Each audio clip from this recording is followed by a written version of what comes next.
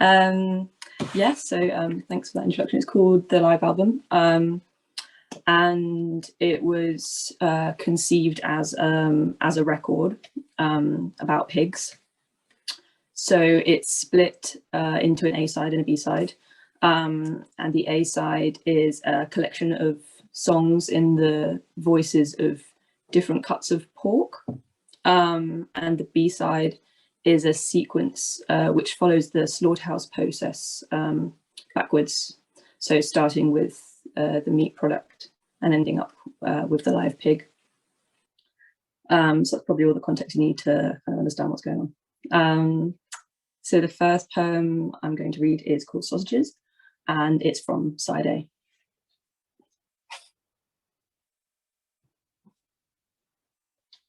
Sausages. Meaning salted, vulgar Latin salsicus, meaning reformed, meaning second chance. To be ground is to be returned to basics. Now I matter. To be stretched further with meal and water is to account for the scant of I, is to grow from ground overnight as magic beans. Now I banger, explode myself from myself as skin shrinks upon introduction of masticating heat. Bursting seams, imagine I as Jupiter, granting 2 second chances to a ridiculous man. Imagine this man's wife becoming sausageless and wanting. Isn't this the way it always was? I inside of I, nesting Tupperware, I twisted like fire, like pipe cleaner. In any case, I crocodile feed as punches face thumbs apart. Thank you.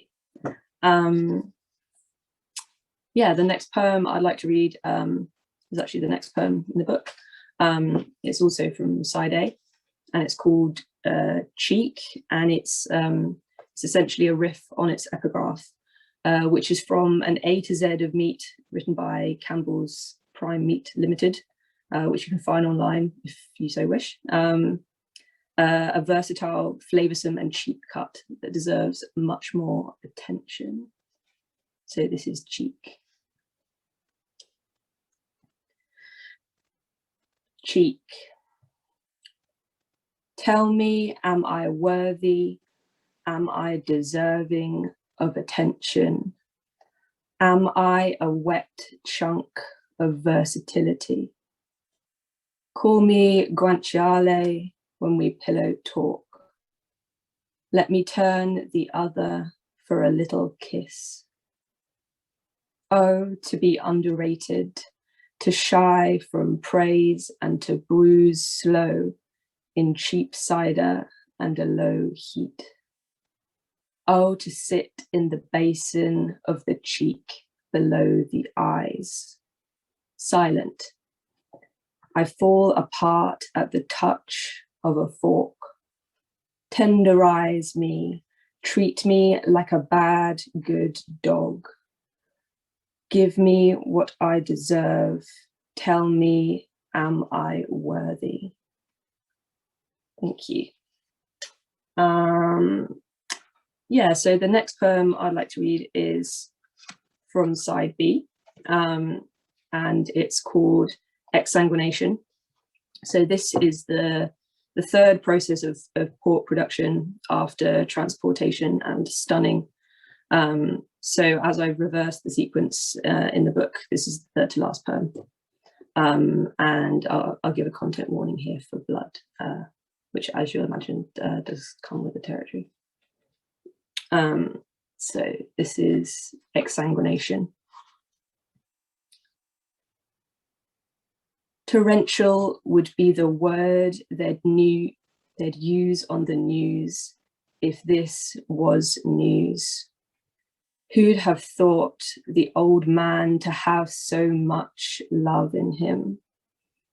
He swings me by the ankles like a happy toddler who begs for it time and again, whose mother is busy in another room and not there to say, "Put her down, honey. She'll smack her head on something and then you'll be sorry. Won't you be sorry?"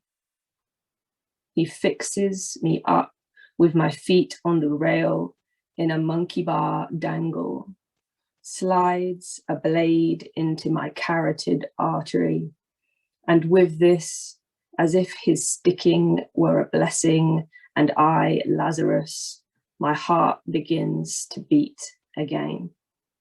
This part is crucial. Its beating disciplines the blood into action. Thank you.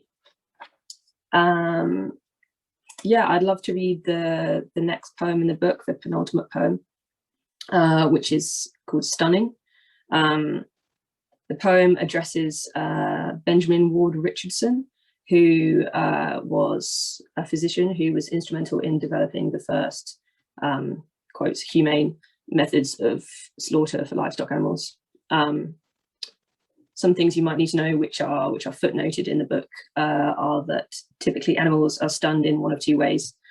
So there's something called electronarcosis, which is where 200 volts are applied for 3 seconds to the temples, which produces a dreamlike state similar to sleep paralysis. Or non-electronarcotic stunning is generally achieved with something called a captive bolt pistol, which is a device shaped like a handgun, which releases and then retracts a bolt, which strikes the forehead of the animal. And it also references the council. So this is the Council of Justice to Animals, which later became the Humane Slaughter Association. So this is Stunning. Stunning. Dear Benjamin, you must have known I longed to see the stars. Your life work brought the current opportunity within reach of my skull. Hold it, feel its weight in your dead hand, notice its play on the right to bear arms, to bear witness to the state of things. I'm seized by a live resistance as we look to the end together. This is intimate. Tell me, Benjamin, what was it like to go sober and sensate in your soiled night clothes? Do we say humane or just human? You gave to me an alternating current, 200 volts and 1500 hertz to be stupefied.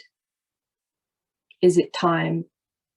Will I go gently or thrashing like a fish caught out by a bad worm?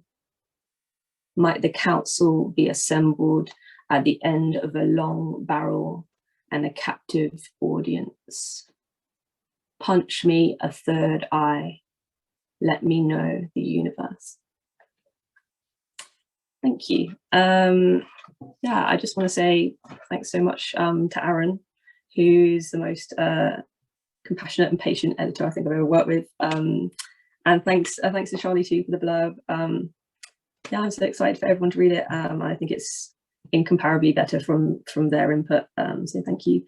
And thanks so much to everyone else reading tonight. I can't wait to get my hands on your books. So I'd love to finish off by reading something new, if that's okay. So this is not from the book, something I wrote a couple of months ago, which I always like to finish off with something a little bit more recent. So this is called To Spatchcock. So you might see some similarities on the meat end of things. To spatchcock. To spatchcock is to open and spread the body against the ground. Less prostration than enforced deflation. The cavity emits a soft hiss like a paddling pool. Once, the birthday party, a plane spun lower and lower. At first, it appeared to be a performance, then at a certain altitude, parents began to dart out like snakes' tongues and snatch their children. The birds took cover in the hood of the barbecue. Too far from the house or the trees, I dropped and spread my body against the ground. The grass was fine but sparse. It had been displaced in large patches by a mossy weed. My breath exhumed small wood lice from the soil.